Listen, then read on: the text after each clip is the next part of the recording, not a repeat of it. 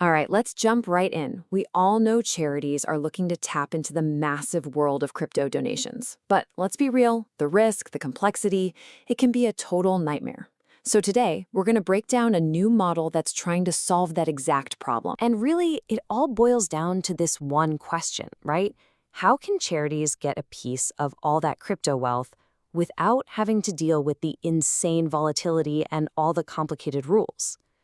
You've got this huge pile of digital money over here, and on the other side, you have nonprofits who are, understandably nervous. So, how do you connect the two safely? And that tension, that's what we're calling the charity crypto dilemma. I mean, it's a classic catch-22, isn't it? On one hand, you have this massive opportunity, but on the other, you have equally massive risks. And that's the very thing that's stopping so many nonprofits from even trying to get involved. Let's really lay it out. This tale of two worlds.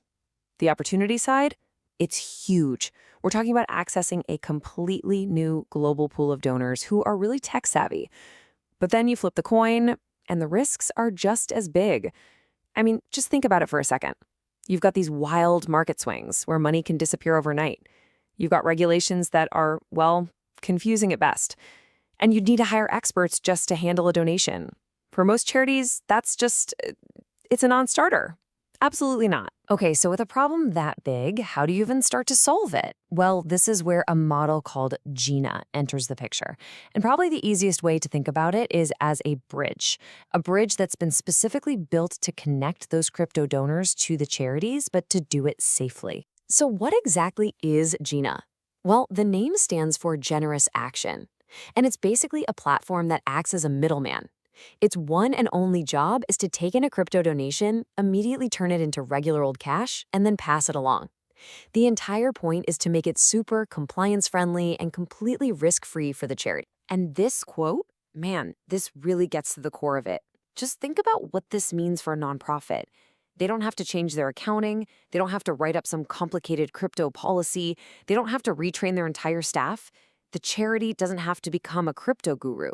They just get to do what they do best and accept the donation. Okay, so we've covered the what. Now let's dig into the how. We're going to walk through exactly how a donation moves through this system from start to finish. It's actually a pretty straightforward four-step journey. Step 1, the donor goes on the GNIM platform and picks the charity they want to support. Step 2, they make their donation in whatever currency they want. Crypto, regular money, doesn't matter. Step 3, and this is the magic part, GNIM instantly converts any crypto into fiat cash. And finally, step 4, GNIM sends that cash to the charity through a totally normal bank transfer.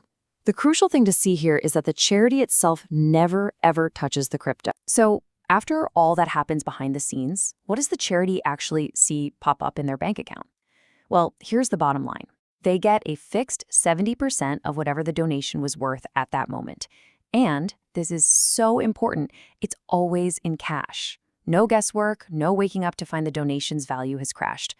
All that risk is just gone. Okay, wait a second. If 70% goes to the charity, you're probably asking two things. First, where does the other 30% go? And second, what's this whole business with the token? So let's get into that, because it's all about transparency and how this thing actually keeps the lights on. So here's the breakdown. And it's the same for every single donation.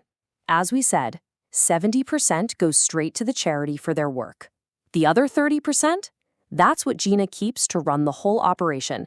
To pay for the platform, the people, the fees to convert the crypto, and making this split totally public and transparent, well, that's absolutely essential for anyone to trust the system. All right, so let's clear up any confusion about this GNIM token.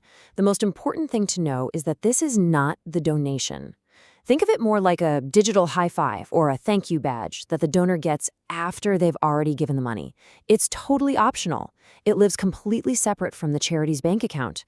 A charity never has to hold it. They don't have to manage it. They don't even have to know it's a thing to get their funds. So when you start to put all these pieces together, the instant cash conversion, that transparent 70-30 split, the fact that the token is separate, you can really see how the whole model is basically engineered to solve that huge, messy compliance headache for nonprofits. Let's just look at a quick before and after of the problems this is designed to fix. That regulatory burden of actually holding crypto? poof, it's gone because the charity never touches it. That accounting nightmare of trying to track volatile assets? Nope, don't have to worry about it because they only get cash. And what about public trust? That's tackled head-on with a super transparent split. It's designed to take each of these huge burdens and just make them a non-issue. So look, if you take away just one single thing from all this, let it be this. The model acts like a shield.